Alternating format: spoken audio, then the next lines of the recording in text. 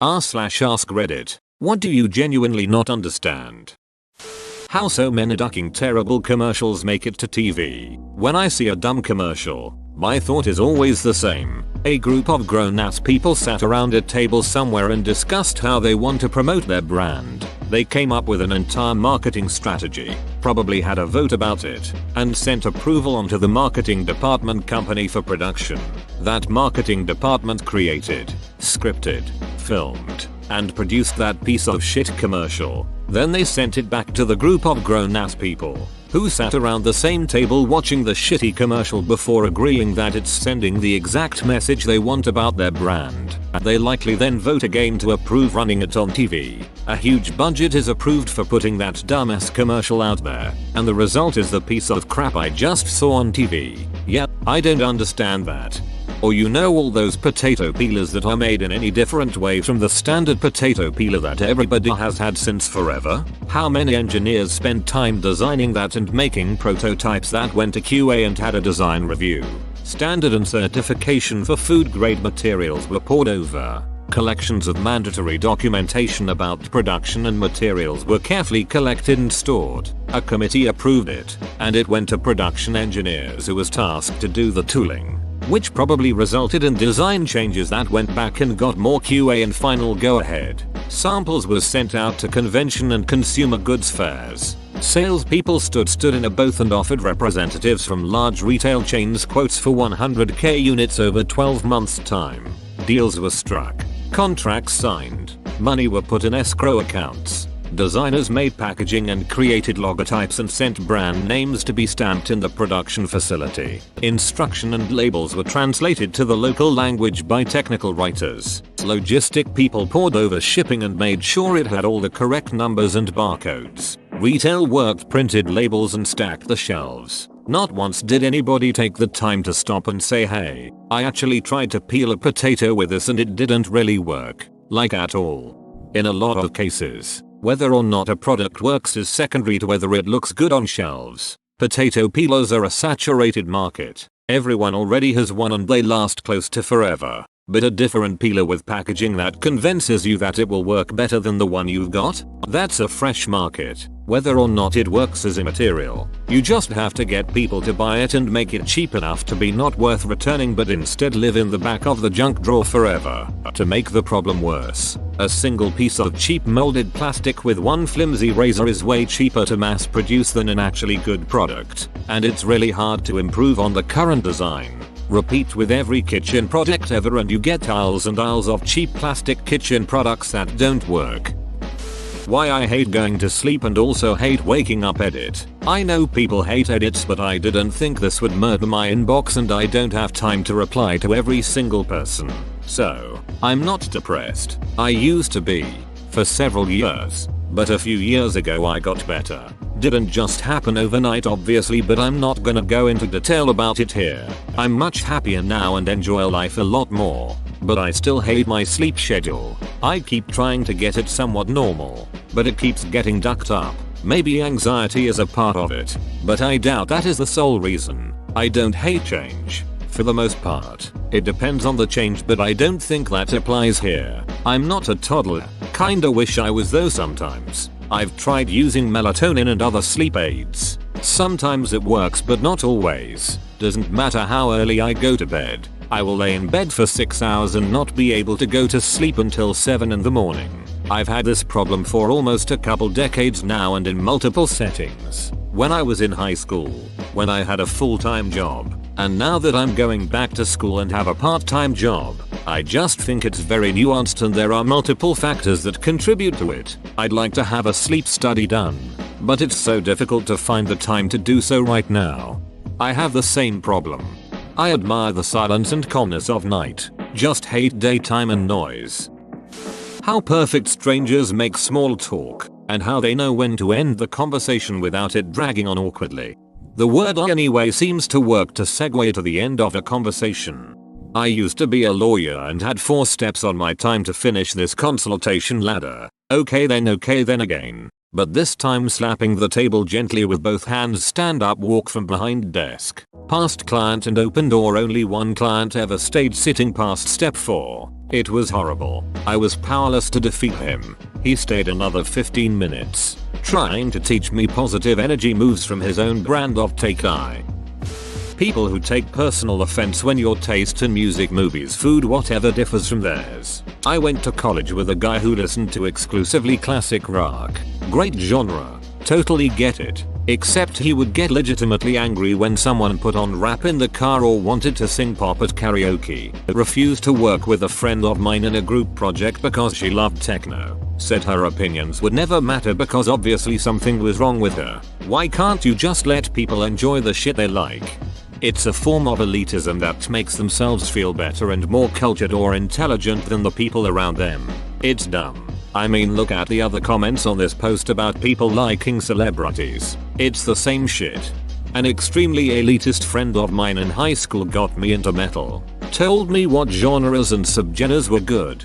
Being a young dude in high school with limited friends, I quickly picked up on being an elitist twat. Listening to my superior music at full volume, playing it out loud on the bus, etc. And then I listened to one of the genres he said not to, and I really liked it. I didn't say anything, but I listened to it more and more. Eventually I saw a Reddit post and a guy was calling out an elitist metalhead and saying, you like what you like. Music is great. It's so varied and so wonderful. It doesn't matter if you like some obscure black metal and One Direction.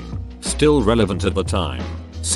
All that matters is that you listen to what you enjoy. And that got me to stop being an elitist a-hole. I now have musical tastes ranging from everything from old country, to rap, to hardstyle, to death metal.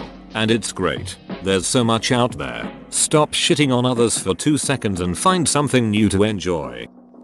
Sometimes when I'm just sitting there, I become hyper aware of my senses and then the whole concept of existence just confuses the duck out of me. Edit. Look mom, no hands. Or when you're brushing your teeth or washing your face and you stare at yourself in the mirror too long and you're just like, whoa, this is me, but I'm actually me and I see me. And you go into a mini existential crisis about you being you and then you forget it happened. It's like when you're reading a word over and over and it starts losing all meaning, except that instead of a word, it's you. How language developed? Obviously it did, but I just can't fathom how. I just picture cavemen men walking and pointing to things and grunting. Sorry for the edit, but my typo was driving me crazy. That's basically it. They made sounds to refer to stuff and people caught on and used the same sounds and understood through context and repetition what each other meant. And it built and spread from there. I imagine early communication started with things like, hey relax, I'm not gonna kill you, come here, look, food, tasty, animal, danger. All things that are kind of obvious what is intended to convey in context and with pointing at the thing as you make a sound. But really think about the origins of words. I mean, at some point someone decided that this collection of letters means this and others went yep I like that. Especially abstract words like there, or then. Why is another one that you have to wonder about? Obviously it's a very important question that has led man to figure out amazing things, but why? Nothing. Like the whole concept of nothing boggles my mind. What was here before our universe? Nothing. What's in between the atoms of our bodies? Nothing. What's for dinner? Nothing. I just don't get it. Just because we can't perceive something, it doesn't mean it's nothing. But isn't there that theory of observation? Like, something doesn't exist unless someone is there to observe it, and by that logic, if we can't perceive it, and nothing else can, it doesn't exist? I also don't mean to sound condescending. I'm just asking because I don't fully understand the concept.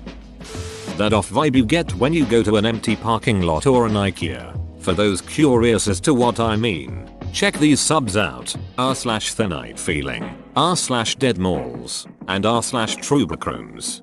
Liminal spaceshps. Philodlogrup. Com the 31st of May 2018. Why do liminal spaces feel like an altered reality amp? That picture of a hotel hallway is such a relatable example. Sometimes I want to run like demons are chasing me on the way back from the ice machine even though nothing's wrong. How people believe 5G causes coronavirus. Saw some lady on our local news station's Facebook page going off about that. 5G is 10,000 times the power of 4G. Coronavirus has already caused testicle problems in men akin to high doses of radiation. I'm not going to reveal my sources. I did my research. Do your own. I'm not going to reveal my sources. I did my research. Do your own. Ah yes. The standard approach of every scientist. The process of thought. How we can make so many decisions in a split second. Internal dialogue is crazy. Does everyone have the same sort of inner thoughts? Do animals have internal dialogue? When I think about it, it blows my mind. Oh man, I had a ducking existential crisis recently when I started thinking about how my thoughts just popped into my head and I actually have no control of what I think. Like I don't decide to think something. I just do. How the duck do brains even work? Do I even have free will? Am I just a biological machine running calculations based on previous experience? Not to get too crazy, but man, this shit weirds me out whenever I think of it. I actually have no control of what I think. Intrusive thoughts are this concept on steroids. Imagine having no control of your thoughts, and your brain assaults you with all of the worst things possible at all, or random times. Guys that hit each other in the nuts for fun. WTF is with that? I watched an interview with Steve-O and he says fans want him to kick them in the nuts and are so happy and thank him when he does. I think it's more the hitting that's supposed to be fun, not the being hit. Obviously it's a bit different with asking Steve-O cause he's famous from Jackass. The person wants a cool story. Steve-O kicked me in the balls. An important note. When hitting your mates in the balls, you're supposed to do it lightly. It's about the reaction, not trying to cause them permanent damage. Of course that might happen accidentally anyway, but people doing it don't generally realize that. My niece hit me in the nuts and I've never wanted to throw an 11-year-old from an 8th floor balcony more in my life. How computers work. I'm a reasonably tech-savvy person, but I genuinely have no idea about the inner workings of the tools I use for 12 hours every day. It's like I'm like a professional driver who has no idea how an engine or a turbocharger or brakes work. Edit. For those interested in reading more about the magic boxes and don't want to delve deeper into the comments, here were the most frequent suggestions. Watch the Crash Course Computer Science on YouTube. Read the book Code, The Hidden Language of Computer Hardware and Software at Nanjame. Some dude named Benita who builds magic boxes from scratch. Personal site, YT channel. I will probably only do number 3 cause I have the attention span of an ADHD riddle goldfish, and because I'm not that interested in computers, I was mainly karma whoring. Thanks for the comments and the effort though. I'm sure many will find them really interesting.